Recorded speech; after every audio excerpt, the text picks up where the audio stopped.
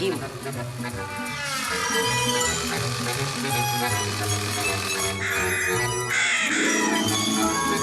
На шею не дави.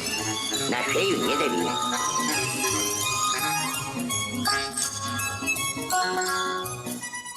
Меня зовут Максим Холодилин, да, я художник, основатель Уфимской галереи X-Max. Еще ряда художественных проектов, в частности нашего музея, в котором мы с вами сейчас познакомимся. Да, то есть, разумеется, я не один здесь все это делал, понимаете, да, то есть есть еще несколько художников, которых необходимо вспомнить, разумеется, в самом начале, понимаешь, если они вашему зрителю что-то скажут. Это Саша Желнин и Игорь Юдинцев.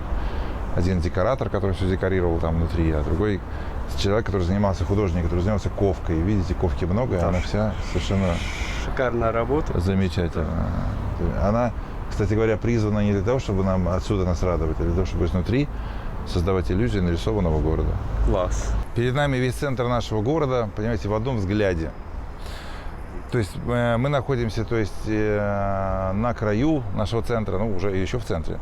То есть он весь вот перед нами, понимаете, вот это какой-то очень важный для меня, по крайней мере, вид. Видите, где ближний ряд домов заканчивается, все везде обрыв к реке.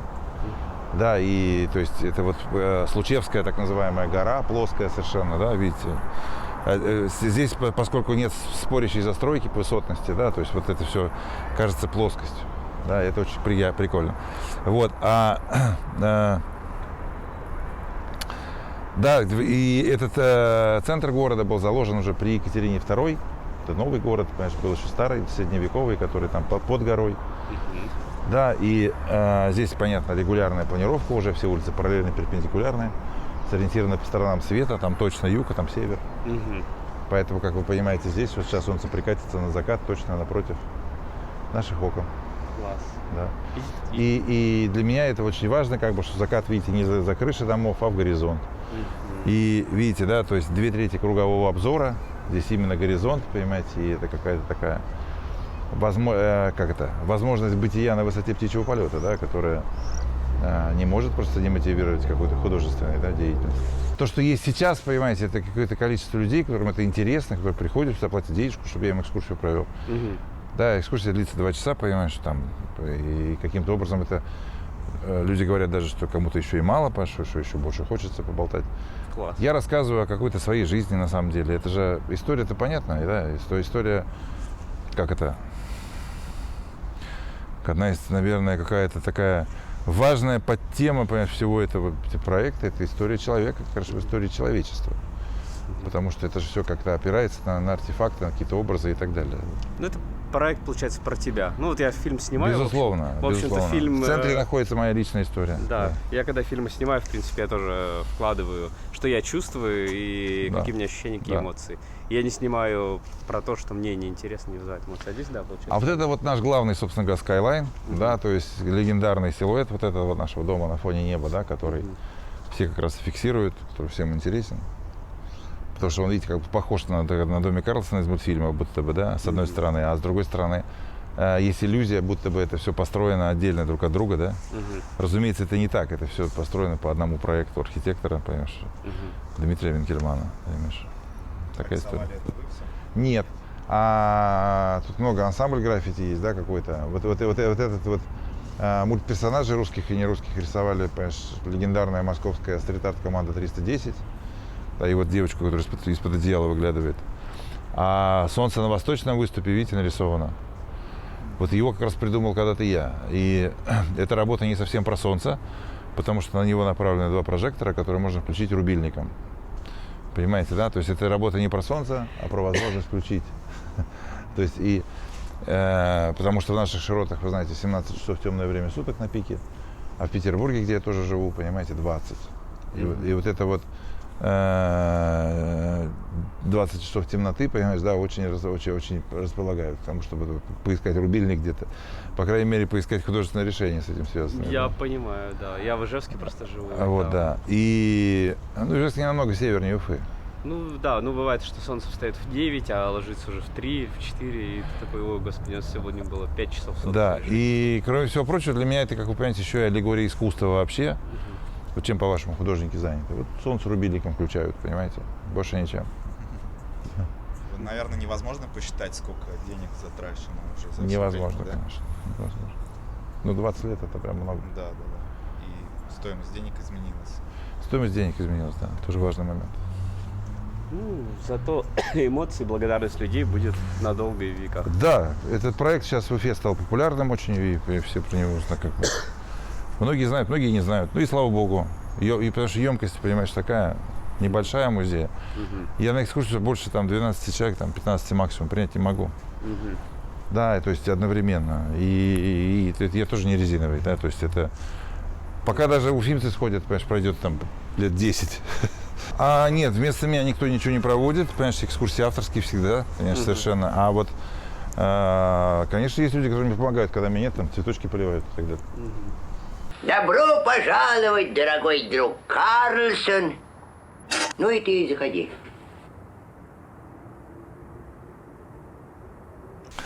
В начале, видите, экскурсии мы всегда с людьми говорим, то есть какое-то вводное слово, потому что надо сказать о двух важных вещах.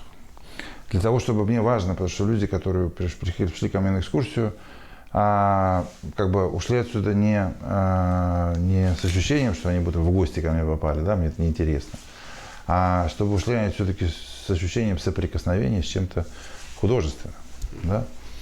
Вот, и поэтому как бы важно понимать, да, во-первых, про музей, да, потому что музей, вы понимаете, да, это отличается, чем музей от любого другого пространства, да, наличием внятного предмета экспонирования, понимаете, и функции хранения. То есть понятно, что нам там хотят показать. Вот, а малый музей по-другому не сделаешь, он всегда строится вокруг чьей-то личной истории, да. Понятно, что мой музей построен вокруг моей собственной личной истории, так или иначе, да, истории моей жизни, творчества, семьи, путешествий и всего остального. Да, то есть но был такой художник Сальвадор Сальвадорович Дали, может быть, вы слышали, и он нам сказал чудесные слова про то, что, понимаешь, жизнь и есть искусство, понимаете? Вот, и понятно, что, он был уверен, что каждым своим действием, там, вдохом, например, или шагом, понимаешь, он создает визуальную картину мира. Я такого дзена, понятно, не достиг, к счастью, понимаешь, да, потому что каждому свое. Вот, но мне эти слова близки и понятны, и я хочу сказать, что наш музей, так или иначе, это какой-то гармонизированный, разумеется, но отпечаток моей жизни, понимаемый изначально по заветам дедушки Сальвадора, понимаешь, как искусство. Вот. А второй важный момент касается экскурсии как таковой. Просто для того, чтобы искусство появилось, вы знаете, да, должно быть как минимум, нужно как минимум 2 человека. Автор и хотя бы 1 зритель. Вот. И да, у нас здесь великий Бродский, кстати говоря, в Нобелевской речи сказал, понимаешь, нам, что, понимаешь, стихи рождаются не когда я их пишу, а когда вы их читаете. Понимаешь, это то же самое, по сути. Вот, да, и я хотел сказать, что у нас здесь зрителей, видите, намного больше, чем 1. К счастью, для меня это большая честь, что, понимаешь, какие-то наши с вами, понимаешь, дорогие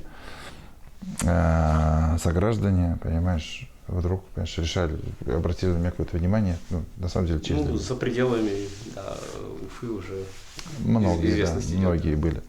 Вот, и я, понятно, что я отношусь к этому ответственно, немного всякий раз волнуюсь. Постарался сделать так, чтобы наша с вами экскурсия, понимаешь, носила черты, чтобы не было скучно, да, носила черты художественного действия, как некий спектакль в театре, да.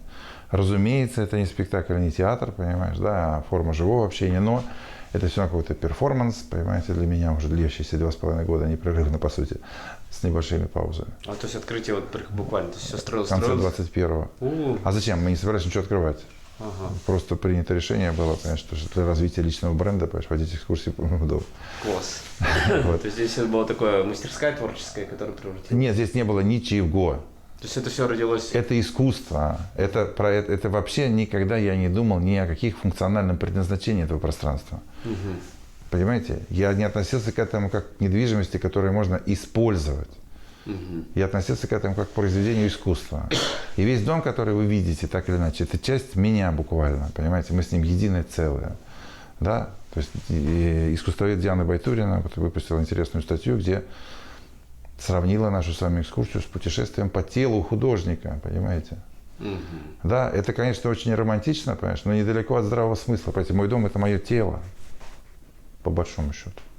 Я это уже слышал в философии одной, восточной. Да, конечно. И, так вот, и видите, да, я поэтому постарался, чтобы в экскурсии, которые слышат зрители, понимаешь, которые вам вряд ли удастся передать на камеру, но тем не менее, чтобы была какая-то, тем не менее, логика свойственная художественному действию, да, развитие, кульминация, финал и так далее. Вот, и да, а основано это все вообще на самоиронии, потому что, ну, в смысле, решение проводить экскурсии в моем доме. Потому что я, видите, живой и здоровый, понимаешь, а дом-музей – это такая форма надгробия, так или иначе. Вот, и как-то… Почему памятник самому себе? Да, отличная идея. Да, надгробие это звучит. Ну, парафраз стихотворения Пушкина, да. Я памятник себе воздвиг, ну, рукотворный, конечно, да, чего уж говорить. Вот. И, да, и… Да, представьте, что вам по музею квартире Достоевского, понимаешь, в Кузнечном переулке, экскурсию проводит Федор Михайлович. Он бы от смеха умер день на 3-й. А я держусь. Да ничего. Да, классный экспонат. У него арка прямо Да. много к ней. Она китайская. Это Тори, это японские ритуальные ворота. Это наш портал. Они, как вы понимаете, строятся на границе синтоистского святилища, да, то есть и они не функциональные, а символические, то есть никакого забора там нет, а ворота есть. Понятно, что они символизируют переход между состояниями от повседневной суеты к молитвенной возвышенности. Да? И у нас они здесь примерно для этого же. Насчет молитвенной здесь я чуть-чуть, самую малость. Я иронизирую, понимаете, да? Ты понимаешь, да? Но к сказкам здесь ближе реально, понимаешь? И возвышенность это самое, понимаешь, видна здесь невооруженным глазом. Но все равно переходит в портал, в сказку. Да, вы уйдете, когда отсюда, после завершения нашей с вами встречи, вы поймете, что время там и здесь идет с разной скоростью. Кто-то взрослеет, до сих пор в сказки верится. Я кто-то из них и не вырастал никогда. Вот. А это вот на самом деле, вы понимаете, да, что в каждом уважающем себя Лувре должна быть своя Джаконда. У нас это замечательная девочка-башкирка, это какая-то вообще краеугольный камень нашей коллекции. Работа Рашида Нурмухаметова, народного художника РСФСР. Его не стало в 1986 году. Это был самый яркий из соцреалистов, которые здесь вообще работали. Работа, вы видите, создает впечатление незавершенной. На самом деле, видите, Рашид прописал в контуре композицию, прописал лицо до какого-то финального состояния, начал работать, видите, в цвет, достиг некого пятна и прекратил работать над картинкой. Потому что, видите, в том состоянии, в котором есть, она как будто бы фиксирует некое чудо, как будто бы эта девочка-башкирка проявляется тут перед нами из некого небытия, да?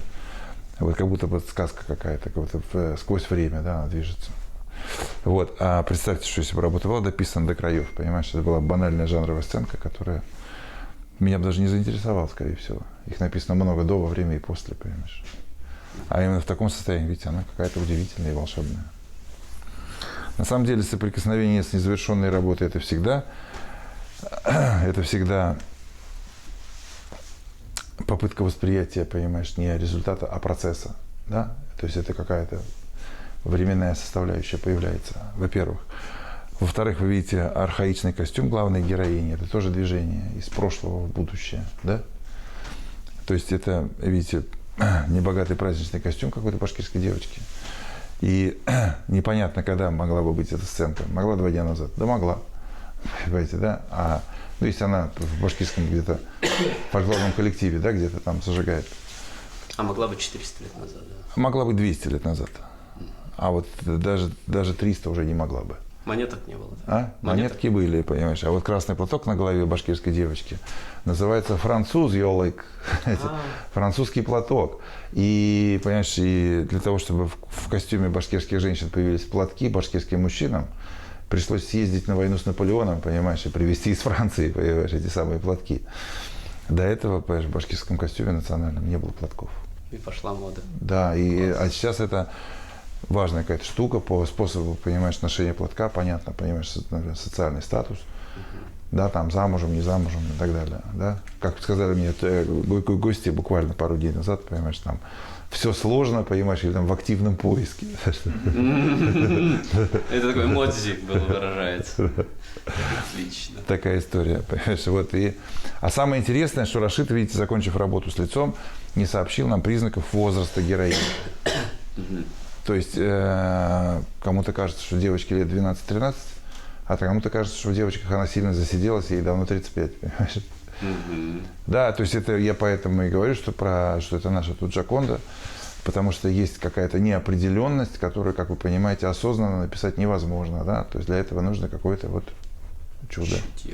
Да, чудо. И так же, как Микеланджело написал свою удивительную Джоконду, ты смотришь, вроде женщина, понимаешь, а улыбка вроде как и мужская, там еще много всяких, понимаешь, всяких вьетнамских флешбеков бывает у людей, да. Но здесь с полом все понятно, понимаешь, да, но возраст, по крайней мере, совершенно точно здесь размазан, понимаешь, непонятно, сколько лет ребенку или не ребенку. Или женщине. Или женщине, да. Вот, это, однозначно, видите, шедевр, который, к счастью, мы его привели в порядок, он был, к сожалению, понимаешь, весь загажен, понимаешь, то есть грунт без лака впитывает все, что можно, да. Она была желтая, такая желто-серая, такая коричневатая. Стекло не будете ставить? А нет, зачем? Сейчас же грунт залачен. Залачен. Все хорошо сейчас уже. Вот. Такая история. Видите, и работа, казалось бы, незавершенная, а на самом деле она в этой незавершенности, здесь в этой работе есть самый смысл-то и есть. Видите, мрачное средневековье. Да, то есть и на самом деле это, видите, люстра сделана из колеса. Изначально я здесь никаких люстр не планировал, понимаете, да, она появилась потому, что мы снимали как-то с моим товарищем, ушедшим Наилем Байбуриным.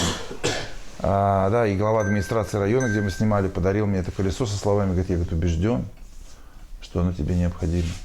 Да? И я послушал, понимаешь, да, и чуть-чуть мы подумали, понимаешь, и видите, это стало в итоге люстрой.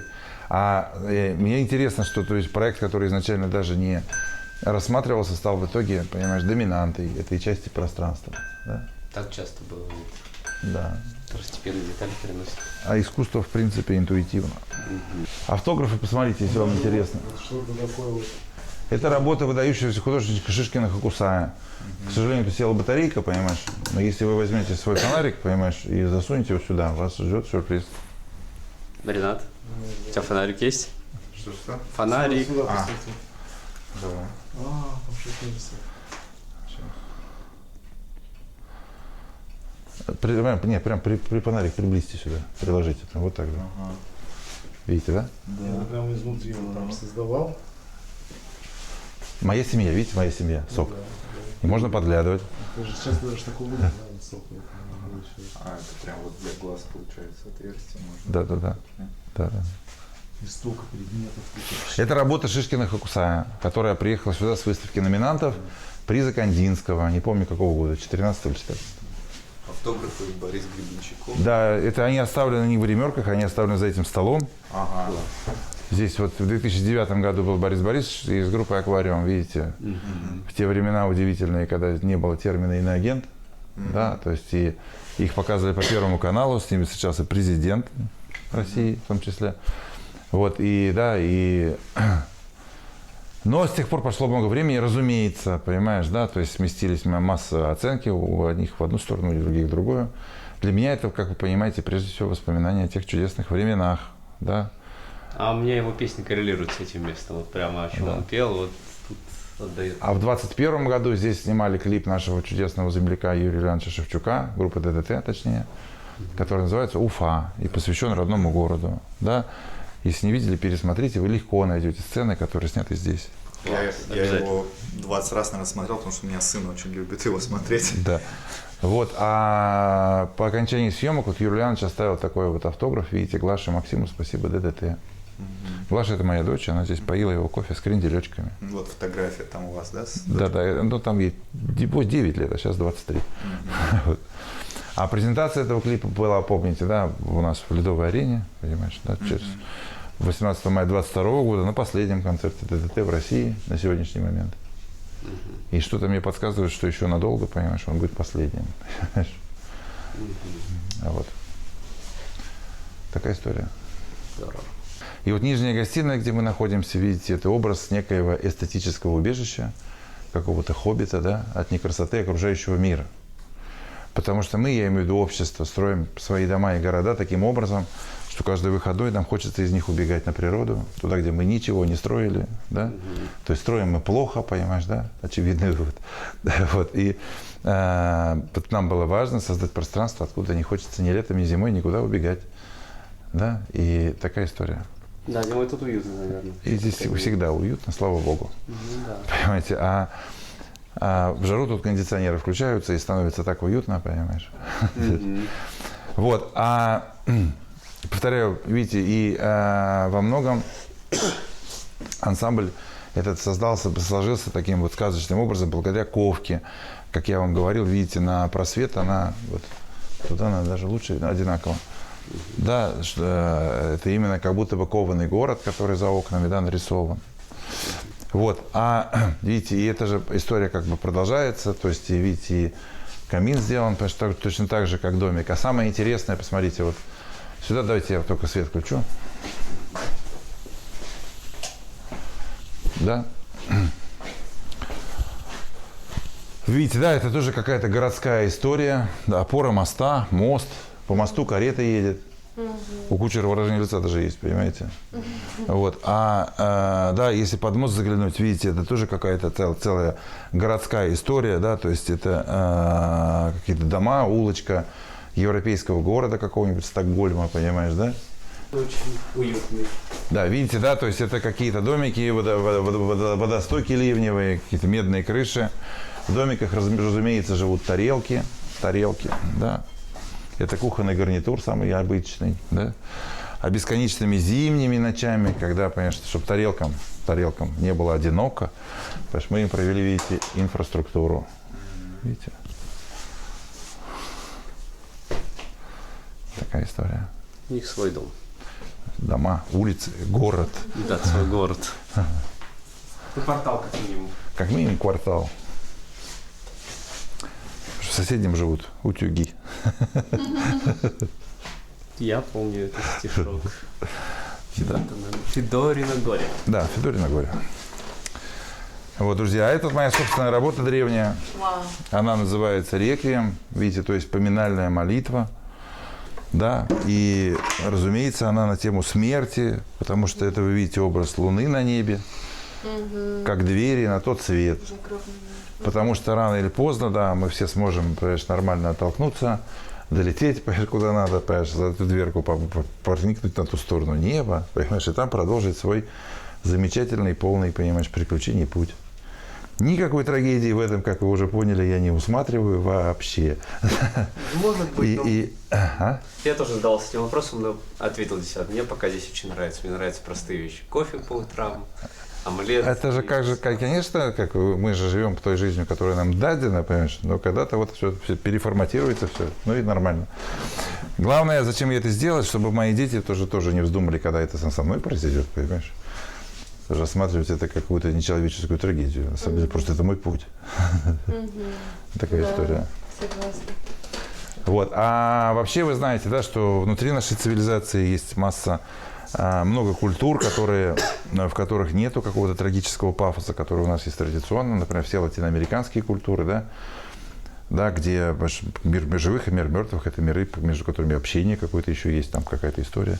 Наверняка кто-то видел мультфильм «Тайна Коко», где это, понимаешь, очень хорошо проиллюстрировано. Голливудский. Вот. А в моей жизни так случилось, я много раз бывал в Латинской Америке, понимаете, для меня это важная часть вообще моего, понимаешь, мировосприятия. А в какой стране? Во всех, кроме Колумбии. Блин, я вот все мечтаю туда поехать.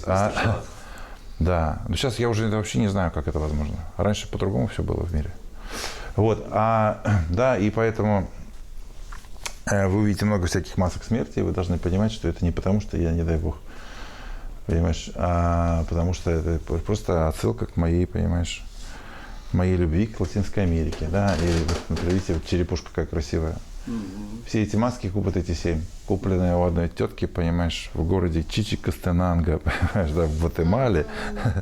Да, вот это не поклонники Вуду? Это столица майя Киче. Нет, это традиционный образ. Они, причем, эти маски сделаны, как вы понимаете, не для туристов, а для ритуалов. Для туристов дороже сделать маску, чем пойти в деревне найти в сарае. Понимаете? Потому что они до сих пор используют в ритуалах. Шаманизм. Да, все есть. Пойдем дальше. Видите, в отличие от нижней гостиной, верхняя – это тронный зал. Кто я говорил, убежище, да, это тронный зал, видите, да? Откуда я и правлю миром, не привлекая внимания медперсонала. Понимаете, да? То есть на удаленке. Вот.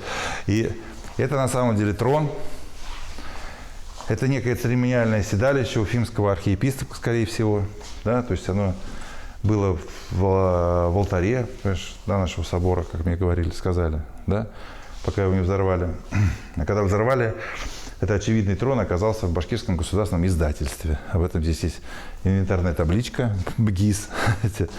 Вот. А когда потом его оттуда забрал в свою мастерскую председатель Союза художников, да, Рашид Нурмухаметов, а уже от его наследников это оказалось у меня. То есть это оригинал с того самого собора? Это оригинал есть. Офигеть. Вот. А на месте собора сейчас построен Башкирский государственный театр драмы, хочу сказать. Вот. Прям потрогать. Да. И, разумеется, мне он достался не в таком состоянии, то, что вы сейчас уже последствия реставрации. Потому что оно было совершенно убитое, потому что оно все болталось, шпон был весь сдутый, а само кресло было много раз покрашено самыми разными красками чудовищными. Понимаете? Ну, то есть это все делали у нас в епархиальных мастерских, кстати говоря, большое им спасибо.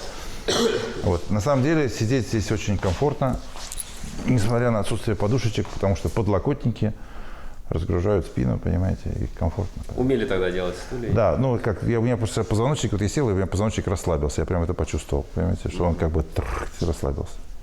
Класс. Да, вот, и на самом деле сюда можно сесть, понимаете, можно всем сфотографироваться, понимаешь, как-то это, почувствовать себя принцессой. Видите, здесь много всяких моих собственных работ. Это вот моя работа называется, видите, «Фатум» или «Судьба». Видите, из острых коз сварено некое колесо сансары, которое режет головы, понимаете, да, но не все подряд, только отмеченный крестиком на лбу, да, потому что каждому свое. А это вот собака, понимаешь, с мокрым носом, видите. Работа называется «Друг человека», сделанная когда-то из моего собственного мольберта. Видите, мольберт, я его распилил, понимаешь, и сделал из него, видите, домашнего любимца. Потому что мольберт штука бесполезная. Напишешь там шедевр или нет, а умирать тебе все равно от одиночества, да? А собака – друг человека. Идемте прочитаем, что написано вот на той гитаре. Это тоже обращение к моей дочери. Написано: «Глаша, я на этой ферме играл в школе в 1974 году. Добра и мира, Шевчук». Ценный раритет. Это бесценный раритет. Кто какими категориями? Что ты в этой жизни не продал? Что ты в этой жизни не купить ни за какие? Да. Вот это, видите, тут всякие разные работы. Мне Карлсона привлекли внимание. Такие купидоны. Это работа Александра Савко, московского художника, да, и видите, он уже давно, несколько десятилетий, занимается вот какими-то наслоениями попкультурных образов. И вы видите здесь, понимаете, тетку с 7 гномами, да, которые оказываются херувимами, да, ангелочками, которые метят стрелой любви, понимаешь, тетки в самое сердце, понимаешь. А просто крылья – это мрачное средневековье, понимаешь, поэтому ангелочки летают на пропеллерах. Это понятный образ Карлсона, да? А у тетки вы видите голова Джессики Рэббит из мультфильма «Кто подставил кролика Роджера». А поза, в которой стоит Джессика, и хитон на ее бедрах, понимаешь, один в один. Понимаешь, Венера Милосская, понимаешь, из Лувра. Такая история. Но с руками. И была с руками, просто. Вот. Это, обратите внимание, вот я без очков лучше пишу. Да? Да. Видите, да? Это мой портрет без очков. Это работа замечательная по Кати Крестовой, понимаешь, да? Техника, обратите внимание, нити, гвозди, да? Ничего лишнего. Вот, да, то есть гвоздик прибит, ниточка протянута. И я делал такую ее выставку у нас в галерее. И там был сделан такой же техники портрет Маяковского. Вот одни глаза, понимаешь, вот так вот ниточками, понимаешь, и считывался удивительно не только художественный объем, но и контекст, и исторический, и культурный, и все остальное. Да, и я прям был поражен, понимаешь, и поэтому, когда, видишь, появилась возможность сделать такой портрет, я тоже был и рад этой возможности. Изначально он висел в детской, у моей тогда еще совсем юной дочери. Да, поэтому она теперь заикается. Я за ней присматривал. Да. Это антресоль, и это некий такой, как это, хулиганский штаб. Понимаешь, который не сверху видно все. Как дом на дереве, да, детский в лесу. А вас не видно. Вот. Да, и видите, это изначально такая идея-то и была в этом антресоле. И на самом деле, это, видите, есть даже трапециидальная арка, а это, как это, очень характерно для архитектуры древних инков, понимаете. И вот светильник, обратите внимание, и изголовье кровати придуманы таким образом, что, понимаешь, они как будто взаимодействуют друг с другом, да, по форме. Эта форма называется чакана, понимаешь, это символ мироздания древних инков как раз. Вот. Да?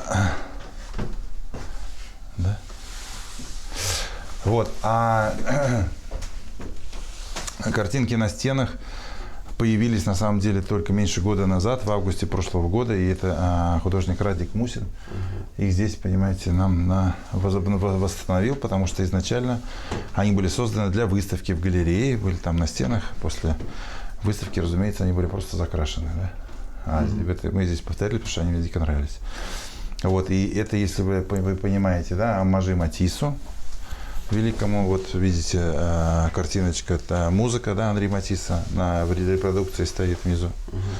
Да, и Радик, видите, сделал свою версию этой самой музыки, посвящение Матиссу, да, то есть только вместо мальчиков у него, видите, здесь нарисованы шурале, это такие легендарные тюркские такие духи, какие-то лешие, условно говоря, к которым нет негативного отношения у людей, они позитивно к ним относятся, да, потому что они, если с людьми коммуницируют, то только щекотят, понимаете, как-то. Вот хулиганы, да, но беззлобные. Да? Такая история. Вот. Но защекотить могут до смерти, правда. Да? Потому что все-таки они, конечно, нематериальные.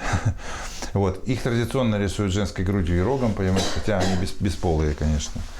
Вот. А видите, поскольку здесь так иначе формально спальня, поэтому здесь, видите, написано, знаете что?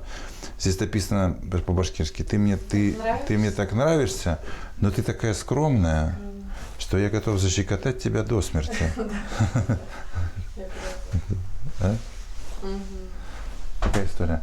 Вот, а мимо тещиного дома я без шуток вообще никогда не хожу, поэтому, когда на кроватке жарко, яичница жарится, понимаете? Дети и взрослые по-разному понимают это предложение. К счастью. Тест на взрослость. А? Тест на взрослость. Так, изначально тут был кинозал, да? Да. И... Вот. А потом здесь эта комната преобразована в подобие жилой для моей дочери, потому что она здесь прожила со мной 3 года. Прямо вот в этом... Прямо вот на этой кроватке, это ее кроватка. Вот, а потом уехала в Петербург. О, вся творческая молодежь. Вот. Да. Здесь вы видите, то есть здесь есть несколько важнейших культурных каких-то объектов. Это, во-первых, как это ни странно, нарисованные на полу ковры. Идея их нарисовать когда-то пришла мне, и эту идею реализовал Саша Желнин. Чтобы вы понимали, что это год работы художника. Офигеть. Потому что вы видите, да, это не просто так нарисовано, это фактура создана сначала. Да, то есть это такая кропотливая работа, понимаешь, и получилось блестяще на самом деле. Вот, и второй важнейший культурный объект, на самом деле, сейчас мы не сможем увидеть, потому что для этого нам нужна темнота. Именно здесь рубильник есть, который включает прожектора, которые освещают. Солнце. Да, это вот не последний раз. рукотворный восход, понимаете, да, вот когда в темноте ты бах, оно загорается, да. Причем она медленно загорается, и реально похоже, как будто на восход. Она медленно разогреваются эти лампочки. галогеновых прожекторов, такая история. А вот. Да. И здесь Кресло. тоже, разумеется, много всяких произведений искусства, о которых тут бесконечно можно говорить. Но мы с вами изначально поняли, что про картинки говорить мы не хотим, да, потому что это отдельное, не на широкого зрителя, да. Здесь вы понимаете, да, здесь порядка там 200 произведений искусства сконцентрировано, да, мы просто... Мы про одну для затравки в девочку-башкирку рассказал. И, как правило, на экскурсиях бывает именно так всегда. Я больше всего времени посвящаю именно ей. И здесь, видите, нет какого-то уюта житейского. Да, это все-таки музей. И меня это тоже... А я здесь живу с 16-го года, меня это тоже смущало. Понимаете, и боженька меня услышал, как вы понимаете, да? Обанкротил сотовую компанию. Я работала там в МТС, в этом С МТС, да. Вот, и они мне продали, понимаешь, свое техническое помещение, понимаешь. Вот, и у меня появилось личное пространство, да? Класс. Вау. Собственно говоря, здесь я и живу. И вот это, как вы понимаете, есть самые листья дерева бодхи. Понимаете, то есть это растение называется баньян, понимаешь, но одно конкретное дерево баньяна называется дерево бодхи. Это дерево, под которым просветлел принц Сиддхартха Гаутама, которого мы знаем как Будда. Да, но только, по-моему, это дерево не сохранилось, ему уже там 3000 лет должно быть. У нее двойная преемственность. Дерево бодхи не сохранилось на самом деле, но еще когда оно было, от него взяли саженец и пересадили на Шри-Ланку. На Шри-Ланке, в городе Анурадхапура. Понимаете? И потом это духовный центр, так или иначе, Шри-Ланки, да? Именно потому, что там растет это дерево. Понятно. Вот. Да, а потом, когда сдохло дерево в Индии, понимаешь, да, уже взяли саженец от ланкийского вот, и пересадили там. То есть оно есть. Но оно вот, не непрерывная у нее жизнь, а преемственная. Понял. Понимаете? То есть, ну, как зачем? Это тот же самый, понимаешь, как бы генетический этот мой материал, тот же самый. То есть это саженец пересаженный оттуда, потом оттуда саженец пересаженный обратно. Понимаете? Тогда да, тогда оно самое. Оно это самое и есть, да. И вот эти два листочка горизонтальных, это чайные листья, которые я для композиции сюда включил. А вот листья баньяна, это листья дерева бодхи. Отлично. И, как вы знаете, если видели буддийские ступы когда-нибудь в жизни, понимаешь, вы представляете, что они именно такой формы. Буддийскую ступу стоит по форме, понимаешь, очертания листья дерева бодхи. Не знал об этом. Плохо изучаю Теперь буддизм. Мне больше практики нравятся, буддийские. Вот. Это вот наша самая главная семейная икона, собственно говоря, и главная достопримечательность, понимаешь, ей больше 150 лет, она передается у нас внутри семьи. Да, наша реликвия. Почти вот венец, видите, у Богоматери над головой, понимаешь, это он сделан из украшений моей мамы, покойной. Понимаете, Золото бриллианты. Этот крестик, он прям такой где-то много фигурирует. Какой? Католический. Вот, просто две палочки соединенные. Деревянный? Да, ниточки. Это православный крестик Святой Нино. Грузинский, понимаешь, он сделан из двух, понимаешь, веточек лозы виноградной. И по легенде, понимаешь, она их скрепила собственными волосами. Здесь это просто заменено какими-то другими нитками, видите, да? То есть и Святая Нино — это крестительница Грузии, понимаете? Как вы понимаете, это было на 300 лет раньше, чем крещение Руси. Вот, да, то есть они раньше стали православными. Вот, то есть это крестик какой-то суеги, разумеется, но он тоже сделан из виноградной лозы, и он куплен в храме святиц Ховели, понимаешь, в Мцхете, понимаешь, это духовный центр, как вы понимаете, Грузии, да?